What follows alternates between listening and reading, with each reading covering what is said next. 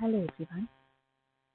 Today we'll look into the topic of ARQ procedures, or it is called as automatic repeat request procedures.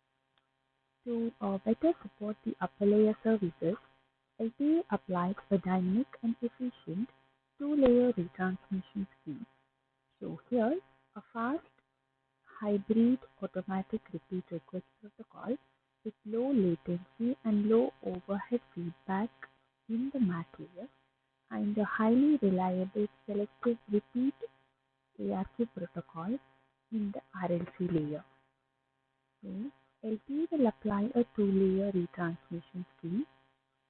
The first one is namely a HARQ protocol, which is considered to be a low latency and low overhead feedback protocol in the MAC layer. So this particular HARQ protocol is mainly responsible for handling the transmission errors by retransmissions based on HARQ processes. So that will be done with incremental redundancy or chase combining, which is mainly handled by the physical layer. So this HARQ protocols for downlink and uplink we have already seen in this chapter 7 and chapter 8, that means it was in the module 4. So the ARQ protocol is, or in the ARQ protocol in the RLC layer is to correct the residual HARQ errors, mainly due to the error in the HARQ acknowledgement feedback. So ARQ procedures are only performed in the AM transfer mode via AM RLC feedback. So ARQ procedures usually they will be performed on AM transfer mode by an AM RLC entity. Unlike in HARQ, the latency is associated with RLC layer ARQ is much larger. So the reliability of this HARQ protocol is determined by the error rate feedback. So it is costly to achieve a sufficiently reliable HARQ acknowledgement feedback.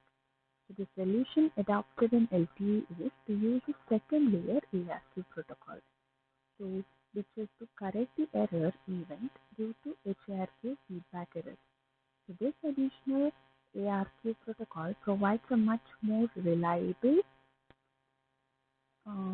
feedback protected by the cyclic redundancy check, that is CRC. This design yields low latency and low overhead without sacrificing the reliability. So most errors are captured and corrected to the low overhead HARQ protocol and the more resource demanding ARQ transmissions, which are only rarely needed. So ARQ retransmission is triggered by an ARQ acknowledgement, or that is NAK, not an acknowledgement, received at the transmit side of an AM RLC entity. So HARQ is a conventional ARQ along with the error correction technique called as soft combining. So when we say a soft combining, it is nothing but the data packets that are not properly decoded are not discarded, instead stored in a buffer and will be combined with next retransmission. Two or more packets repeat, each one with insufficient SNR to allow individual decoding, and they can be combined in such a way that total signal can be decoded. So in the ARQ procedure, the second one is called as selective repeat automatic repeat request protocol.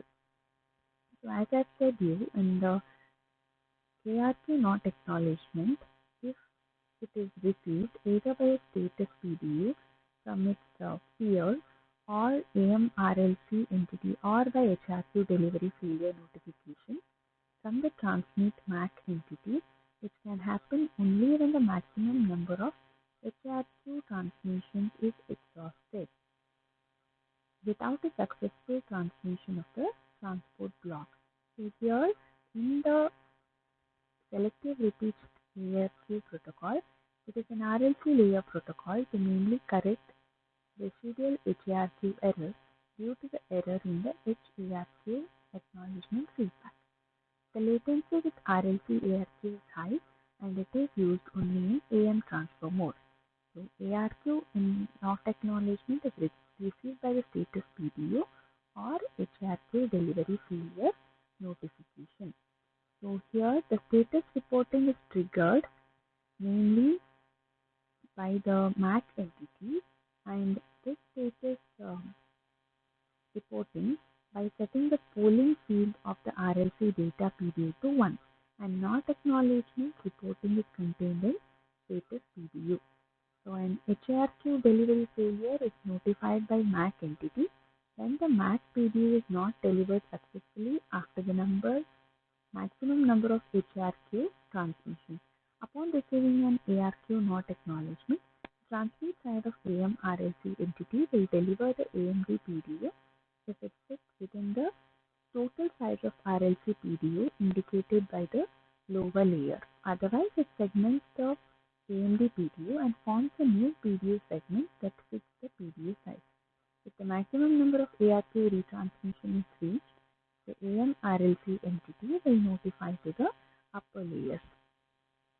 Next, moving on to what is RRC overview. It's very important considering your exam point of view. The RRC layer mainly takes care of RRC connection management, radio bearer control, mobility functions, and user equipment measurement, reporting and control, as well as broadcasting system information and paging. So here we'll mainly discuss the two states in LTE and the functions provided by the RRC protocol. So the first one under that is RRC states in LTE. So comparing to your UMTS, which has 4 RRC states, LTE has only 2 states. The 2 states are nothing but RRC idle and RRC connected. You can see in the figure, this simplifies the RRC state machine handling and radio resource management, which mainly controls the RRC state. A UE is in the RRC connected, that is the user equipment. So in the user equipment, UE is there when a RRC connection has been established, or else the UE is in the RRC idle. So user equipment will be in the RRC connected state when the RRC connection has been established. That means here, if the connection is established, then the user equipment will be here. If the connection is not established, then it will be in the RRC idle state. That is with respect to the user equipment. Similarly, next is in the RRC idle state, the user equipment can receive broadcast, that is here when it is not established. So connection is not established means user equipment will be here.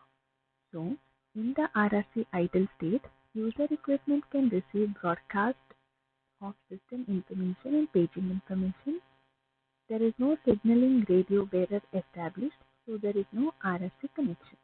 So in the RRC idle state, the mobility control is handled by the user equipment, which performs neighboring cell measurements as well as cell selection and reselection, that is, which is mentioned here.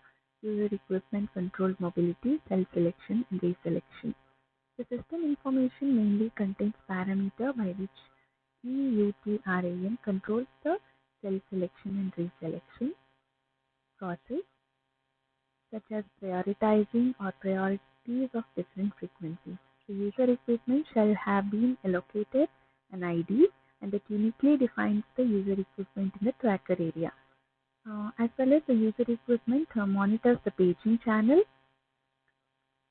to detect incoming calls, and it signifies the paging discontinuous reception cycle, or it is called as DRX cycle.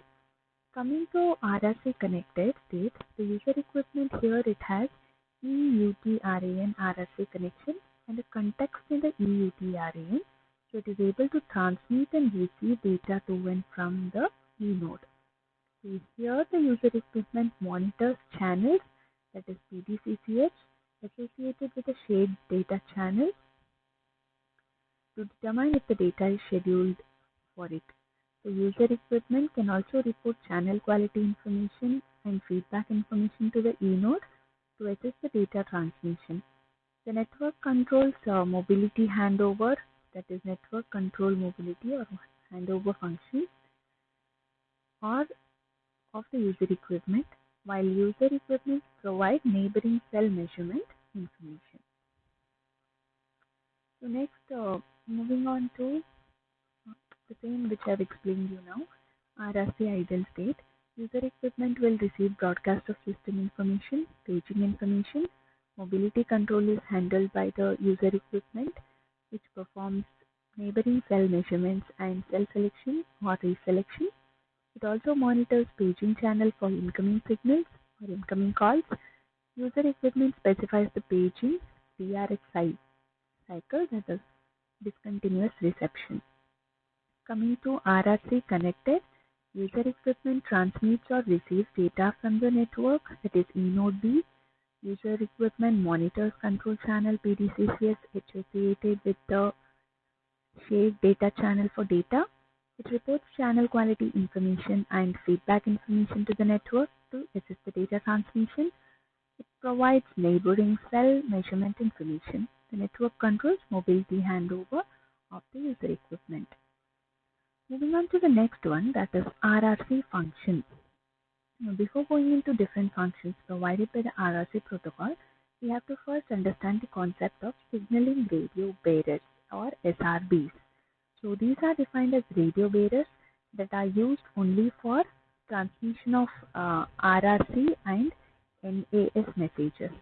So there are three different SRBs defined, which is called as S or before going to that, what is actually NAS is? It is called as non-access stratum. It is a functional layer in the UMTS and LTE wireless telecom protocol stacks between the core network and the user equipment. So the non-access stratum is a set of protocols in the Evolved Packet System or EPS. It is mainly used to convey non-radio signaling between user equipment and the mobility management entity for an LTE eUTRAN process. So these are the user equipment, eNode and the mobility management. Now here, when we talk about the signaling radio bearers, I've told you already what is actually NAS and SRBs. Now here, following are the main functions of RRC protocol. One is broadcast of system information, RRC connection control, measurement configuration reporting, and other functions. The broadcast of system information, it actually divides mainly into master information block as well as system information block, or it is called as MIB and SIB. Now here, what is actually MIB is, it includes a limited number of most essential and most frequently transmitted parameters that are needed to acquire other information from the cell and is transmitted on the BCH logical channel. So SIBs other than SIB type 1. So here, when we talk about this SRBs, or if I go to previous slide, so that is SRB. In the SRBs, we have three different SRBs. One is called as SRB0, SRB1 and SRB2. When it is SRB0, it is for RRC messages with